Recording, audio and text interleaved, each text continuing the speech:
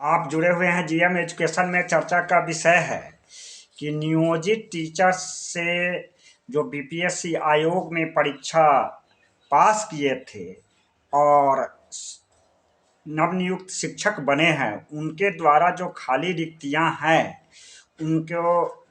उस पदों को अस्थायी रिक्तियां में बदलने जा रही है शिक्षा विभाग। आपको बताते चले कि 3,65,000 जो नियोजित शिक्षक है उसमें लाखों के अभ्यर्थी बीपीएससी आयोग द्वारा परीक्षा में पार्टिसिपेट किए थे और इसमें TRE-1 में लगभग 28,000 नियोजित टीचर्स बिहार लोक सेवा आयोग के द्वारा संचालित परीक्षा में सफल हुए और TRE-2 में 11,000। इस तरह से TRE-1 में 28,000 और TRE-2 में 11,000 अभ्यर्थी नियोजित टीचर्स बिहार लोक सेवा आयोग के द्वारा संचालित परीक्षा में सफल हुए और कुल संख्या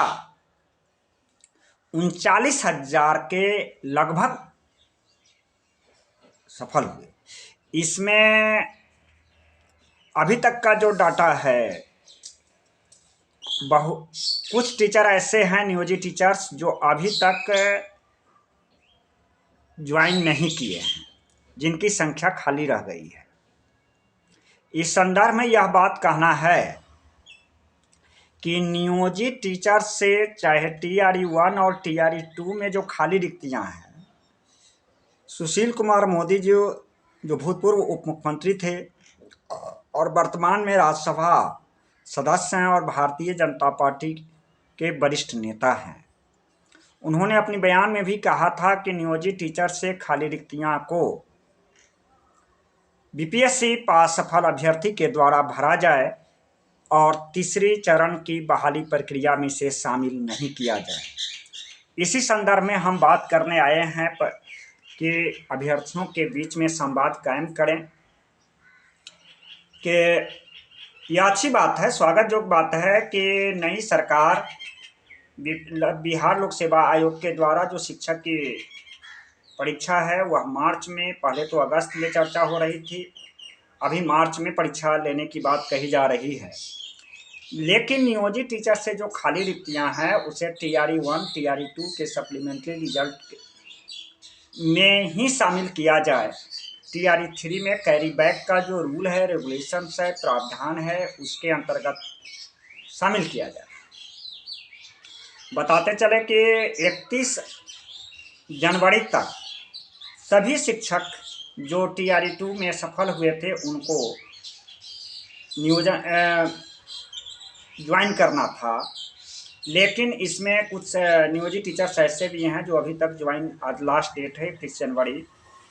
ज्वाइन नहीं कर पा रहे हैं। चाहे उनकी मंशा जो भी हो,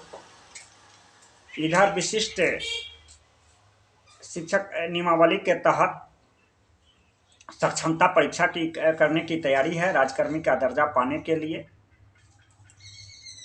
तो 39,000 नियोजित टीचर्स जो बिहार लोक सेवा आयोग बीपीएससी के द्वारा जो चयनित हुए हैं, उसके संदर्भ में जो खाली रिक्तियां हैं, शिक्षा विभाग अस्थायी पद के रूप में काउंटिंग करने जा रही है, जिसका फुलफिल TRE-3 में करेगी। इस संदर्भ में जीएम एजुकेशन के माध्यम से हम सभी अभ्यर्थियों को आगाह करना चाहते हैं कि इस रिक्त पद नियोजित टीचर्स के अगेंस्ट में जो भी रिक्तियां हैं खाली हुई है,